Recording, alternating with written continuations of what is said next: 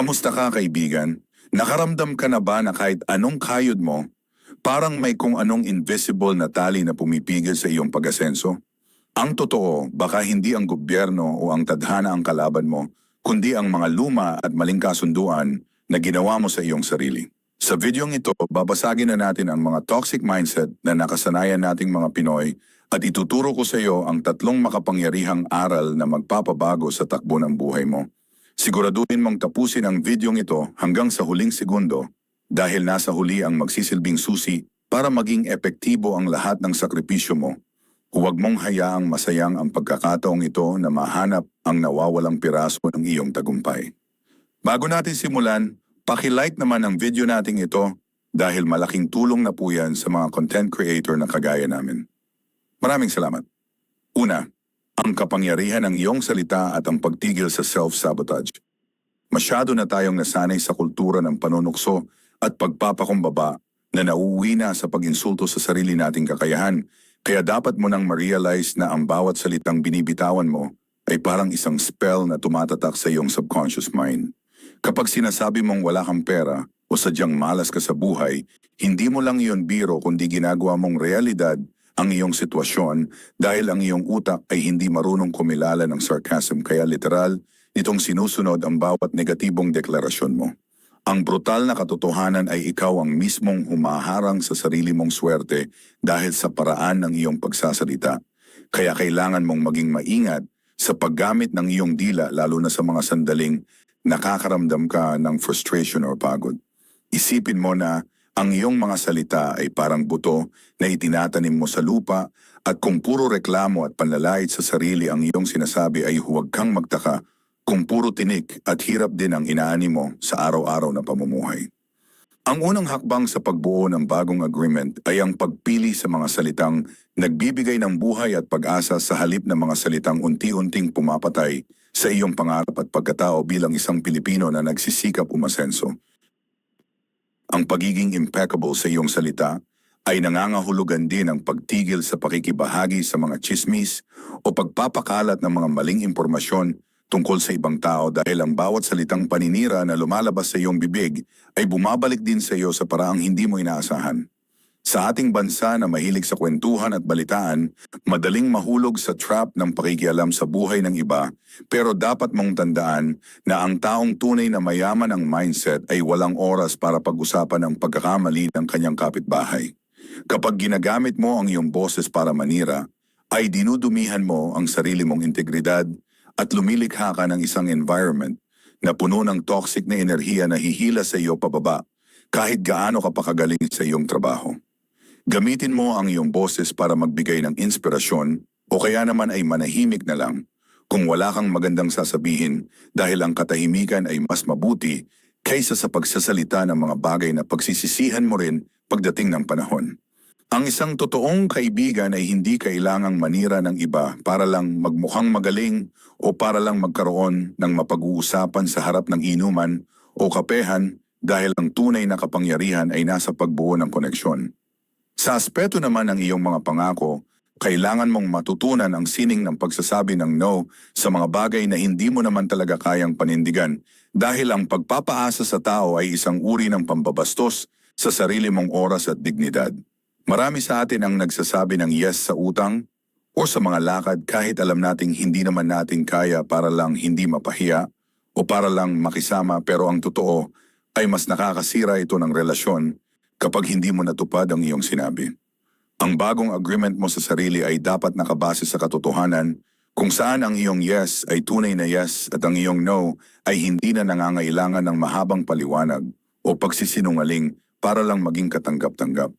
Kapag naging tapat ka sa iyong mga salita ay magkakaroon ka ng peace of mind dahil hindi mo na kailangang tandaan ang mga script ng iyong mga kasinungalingan at mas magiging mataas ang respeto ng ibang tao sa iyo. Isang practical na paraan ay ang pag-iisip muna ng 5 seconds bago sumagot sa anumang request para masiguro mong ang sasabihin mo ay aligned sa iyong tunay na nararamdaman at kakayanan sa oras na iyon. Kailangan mo ring simulan ang pagpapatupad ng mga positive affirmations sa iyong daily routine, pero hindi yung pilit o parang robot, kundi yung may kasamang aksyon at paniniwala na nararapat ka sa tagumpay. Sa halip na sabihing susubukan ko lang, ay palitan mo ito ng gagawin ko ang lahat ng aking makakaya dahil ang salitang susubukan ay nagbibigay na agad ng space para sa pagkatalo or excuse para sumuko kapag nahirapan na. Maging specific ka sa mga gusto mong mangyari sa buhay mo at sabihin mo ito ng may conviction na para bang nangyayari na ito sa kasalukuyan upang ang iyong buong sistema ay kumilos patungo sa direksyong iyon. Ang brutal na reality ay walang ibang magtatanggol sa iyo kundi ang sarili mong pananalita. Kaya kung lagi mong idinidikit ang salitang mahirap lang kami sa iyong pangalan, ay habang buhay kang makukulong sa rehas ng kahirapan. Ang pagbabago ng iyong script ay ang pinakamurang paraan ng pag-upgrade ng iyong buhay, kaya simulan mo na itong gawin ngayon habang may pagkakataon ka pang ituwid ang mga maling paniniwalang itinanim sa iyo ng ibang tao. Panghuli, ang pagiging maingat sa salita ay pagpapakita rin ng pagmamahal sa sarili sa pamamagitan ng hindi pagtanggap sa mga negatibong label na ibinibigay sa iyo ng mundong ito o ng iyong mga kamag-anak na walang bilib sa iyo. Kung sinabihan ka ng iyong magulang o guro noon na wala kang mararating, huwag mo itong gawing agreement sa iyong buhay dahil ang kanilang salita ay reflection lang ng kanilang sariling limitasyon at hindi ng iyong tunay na potensyal. Ikaw ang may hawak ng pen para isulat ang iyong sariling kwento, kaya huwag mong hayaang ibang tao ang magdikta kung sino ka at kung ano ang hangganan ng iyong mararating sa buhay na ito. Sa tuwing nakakarinig ka ng kritisismo, salain mo ito at itapon ang mga basura habang kinukuha lang ang mga aral na makakatulong sa iyong paglago. Pero huwag na huwag mong papayagang pumasok sa iyong puso ang mga salitang naglalayong sirain ang iyong spirit. Ang pagbuo ng bagong agreement sa iyong salita ay ang pundasyon ng lahat ng tagumpay dahil kapag kontrolado mo na ang iyong bibig ay mas madali mo nang makokontrol ang iyong tadhana at ang iyong kinabukasan. Pangalawa, ang pag-iwas sa pagiging sensitibo at paghinto sa paggawa ng mga asumsyon. Masyado tayong pinilalaki sa kulturang balat sibuyas kung saan ang lahat ng bagay ay madaling masamain at personal nating tinatanggap. Kaya naman ang resulta ay palagi tayong stressed at pagod sa pakikitungo sa ibang tao. Ang brutal na katotohanan ay hindi umiikot ang mundo sa iyo at ang mga sinasabi o ginagawa ng ibang tao ay hindi naman talaga tungkol sa iyo, kundi reflection ito ng kanilang sariling realidad, takot at pinagdadaanan sa buhay. Kapag ang isang tao ay naging bastos o suplado sa iyo sa kalsada o sa trabaho, huwag mong isiping may mali sa iyo. Dahil ang totoo ay baka may mabigat silang problema na hindi mo alam at ikaw lang ang napaglabasan ng kanilang frustration. Ang bagong agreement mo sa sarili ay ang pagbuo ng isang invisible na panangga kung saan ang mga negatibong enerhiya ng iba ay tatalsik lang at hindi papasok sa iyong sistema dahil alam mo ang tunay mong halaga. Kapag hindi mo na personal na tinatanggap ang bawat puna o kilos ng ibang tao, ay magkakaroon ka ng kalayaan na hindi kayang bayaran ng anumang halaga dahil hindi na nakadepende ang iyong saya sa opinyon ng iba. Ang isa pang malaking sakit nating mga Pinoy ay ang pagiging overthinker o ang hilig nating gumawa ng mga kwento sa ating isipan na wala naman talagang basehan o proof na totoo nga. Madalas tayong mag-assume na galit ang ating kaibigan dahil lang hindi sila nag-reply sa ating message o kaya naman ay iniisip nating pinag-uusapan tayo ng ating mga kamag-anak. Kapag nakita nating nagbubulungan sila sa isang kanto, ang paggawa ng asumsyon ay parang pag-inom ng lason at pag-asa na ang ibang tao ang mamatay dahil pinapahirapan mo lang ang sarili mo sa mga bagay na baka hindi naman talaga nangyayari sa totoong buhay. Imbes na mag-isip ng kung ano-ano, ay mas mabuting magkaroon ng lakas ng loob na magtanong ng diretso upang malinawan ang sitwasyon at hindi maaksaya ang iyong mental energy sa pag-aalala. Ang katotohanan ay mas masakit ang ating mga naiisip kaysa sa totoong nangyayari kaya dapat mo nang itigil ang pagiging screenwriter ng sarili mong trahedya sa loob ng iyong utak. Sa ating pakikipagrelasyon, madalas nating asahan na dapat alam ng ating partner o pamilya ang ating kailangan ng hindi natin sinasabi dahil naniniwala tayo sa konsepto ng pagpaparamdam o pakikiramdam lang. Pero ang brutal na reality ay walang taong may kakayahang magbasa ng isip. Kaya kapag hindi ka nagsalita ng malinaw ay ikaw lang din ang mabibigo at magagalit sa huli dahil hindi natatapatan ang iyong expectations. Ang bagong agreement ay ang pagiging malinaw sa iyong mga gusto at pangangailangan sa pamamagitan ng direct communication sa halip na maghintay na mahulaan nila ang iyong nararamdaman. Huwag mong i-assume na alam nila ang nakaka-offend sa iyo kung hindi mo naman ito ipinapaliwanag ng maayos dahil ang bawat tao ay may magkakaibang standard at pananaw sa buhay. Ang pagkakaroon ng maayos na komunikasyon ay ang tanging paraan upang maiwasan ang mga away na wala namang kwento at para mapanatili ang kapayapaan sa loob ng inyong tahanan o circle of friends.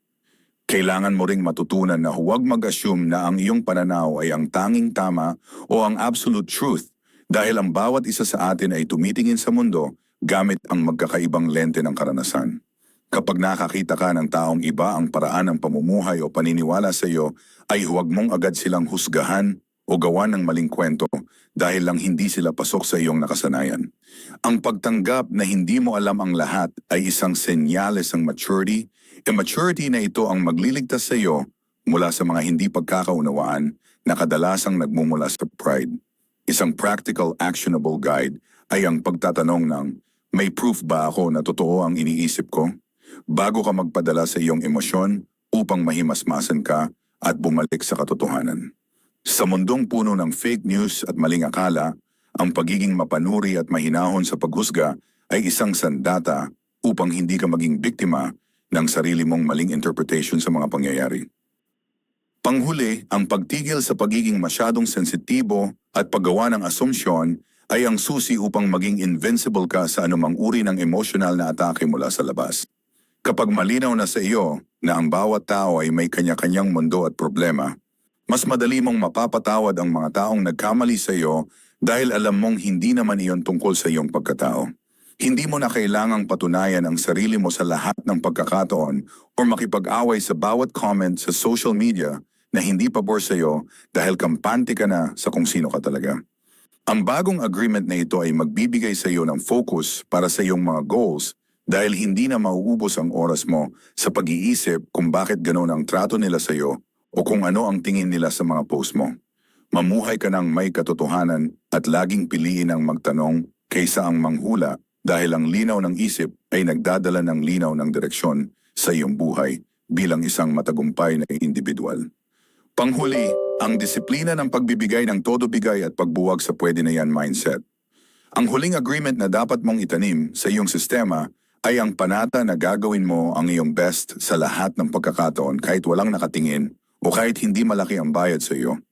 Sa ating kultura ay madalas tayong makakita ng mga taong nagtatrabaho ng pilit o yung tinatawag nating isang kahig, isang tuka, na mindset kung saan ginagawa lang ang minimum na kailangan para hindi mapagalitan ng boss. Ang brutal na reality ay kung palaging pwede na yan ang iyong standard, ay mananatili ka lang din sa pwede na yan na antas ng buhay at hindi mo kailanman mararanasan ang tunay na kasaganaan. Ang paggawa ng iyong best ay hindi nangangahulugan na kailangan mong magpakapagod hanggang sa magkasakit ka, kundi ang pagbibigay ng kalidad na serbisyo o gawa base sa kung ano ang kaya mo sa kasalukuyang sandali.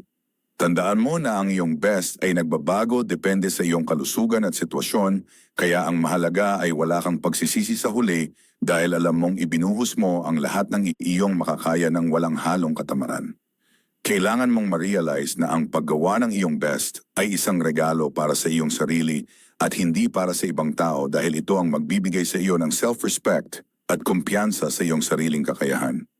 Marami sa atin ang nagrereklamo kung bakit hindi tayo napopromote o bakit hindi lumalago ang ating negosyo, pero kung titingnan natin ang ating trabaho ay puno ito ng shortcuts at madali ang gawa. Kapag naging habit mo ang pagbibigay ng todo bigay, ay magkakaroon ka ng tinatawag na excellence na magiging tatak mo kahit saan ka man magpunta at kahit ano pang career ang pasukin mo sa hinaharap. Ang mga taong nagtatagumpay ay hindi yung mga pinakamatalino, kundi yung mga tao na consistent sa paggawa ng extra mile sa bawat task na ibinibigay sa kanila, kahit gaano pa ito kaliit o kababa sa tingin ng iba. Huwag mong hintayin na maging maganda ang mood mo bago ka mag-effort dahil ang tunay na disiplina ay ang paggawa ng kailangan mong gawin, lalo na sa mga araw na parang ayaw mong bumangon sa kama. Ang pagbuwag sa manana habit o ang ugali nating ipagpabukas ang mga bagay na pwede namang gawin ngayon ay isang malaking bahagi ng pagpapatupad ng agreement na ito sa iyong pang-araw-araw na buhay. Ang bawat minutong sinasayang mo sa pag-scroll sa social media o sa pakikipagkwentuhan ng walang kabuluhan ay ninanakaw mo sa iyong future self na nag-aasam ng mas maginhawang pamumuhay. Ang bagong agreement mo ay ang pagiging intentional sa iyong oras, kung saan bawat galaw mo ay may layunin at bawat oras ay ginagamit mo para maging mas mabuting version ng iyong sarili. Maging tapat ka sa iyong sarili at aminin mo kung kailan ka nagiging tamad dahil ang pag-amin ang unang hakbang para mabago mo ang iyong nakasanayang maling habit. Isang specific actionable guide ay ang pagsisimula sa iyong pinakamahirap na task sa umaga o yung tinatawag na eating the frog para ang natitirang bahagi ng araw mo ay puno na lang ng momentum at tagumpay. Ang paggawa ng iyong best ay nangangahulugan din ng pag-alam kung kailan ka dapat magpahinga at mag-recharge dahil ang taong pagod na pagod ay hindi makakapagbigay ng dekalidad na resulta sa kanyang ginagawa. Huwag mong ipagpalit ang iyong kalusugan sa sobrang pagtatrabaho na wala ng pahinga dahil ang burnout ay kalaban ng consistency at mas lalo ka lang nitong pababagalin sa katagalan. Ang sining ng paggawa ng todo bigay ay ang balanseng pag-aalaga sa iyong katawan, isipan at spirito upang palagi kang handa sa anumang hamon na darating sa iyong buhay bilang isang Pilipinong nangangarap.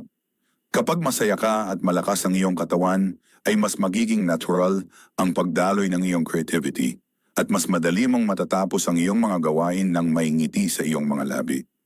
Ang iyong best ay sapat na kaya huwag mong parusahan ang iyong sarili kung minsan ay hindi mo makuha ang perpektong resulta dahil ang mahalaga ay hindi ka sumuko at nagpatuloy ka sa iyong laban. Panghuli, tanggapin mo na ang paglalakbay na ito ay hindi magiging madali at siguradong may mga pagkakataong mabibigo ka pa rin sa pagtupad ng iyong mga bagong self-agreement. Ang brutal na katotohanan ay ang pagbabago ay nangangailangan ng mahabang panahon at matinding pasensya sa iyong sarili, lalo na kung ang mga lumang paniniwala mo ay nakaugat na ng malalim. Kapag nagkamali ka ay huwag mong husgahan ang iyong sarili kundi bumangon ka agad at simulan mo ulit ang paggawa ng iyong best sa susunod na pagkakataon ng walang dalang bigat mula sa nakaraan. Ang tagumpay ay hindi isang destination kundi isang paraan ng pamumuhay kung saan araw-araw mong pinipili na maging tapat sa iyong salita, huwag mag-assume at ibigay ang lahat ng iyong makakaya. Sa pamamagitan ng 3 aral na ito ay mabubuo mo ang isang bagong version ng iyong sarili na mas matapang, mas matalino at higit sa lahat ay may control sa sarili niyang kaligayahan at kapalaran sa mundong ito. Bilang pagtatapos, kaibigan, ang pagbuo ng bagong self-agreement ay hindi lamang isang mental exercise, kundi isang seryosong commitment para sa iyong kinabukasan. Ang brutal na reality ay walang ibang magliligtas sa iyo mula sa kahirapan o mediocrity, kundi ang sarili mo ring desisyon na magbago. Tandaan mo na ang iyong salita ay may kapangyarihan, ang iyong isipan ay hindi dapat maging biktima ng maling akala, at ang iyong bawat kilos ay dapat laging nasa level 10 ng effort. Huwag mong hayaan na maging isang panandaliang hype lang ang napanood mo ngayon. Gawin itong lifestyle. Sa bawat gising mo sa umaga, itanong mo sa sarili mo kung tinutupad mo ba ang mga bagong kasunduang ito o bumabalik ka na naman sa dating gawi. Ang tagumpay ay para sa mga taong may disiplinang kontrolin ang kanilang dila, emosyon at gawa. Simulan mo na ang pagbabago ngayon dahil deserve mo ang isang buhay na malaya, payapa at puno ng tunay na kasaganaan. Paki-like ang videong ito kung nagustuhan ninyo, mag-comment sa baba kung ano ang natutunan nyo dito, at para sa mga iba pang content like this, mag-subscribe kayo sa ating YouTube channel. Maraming salamat.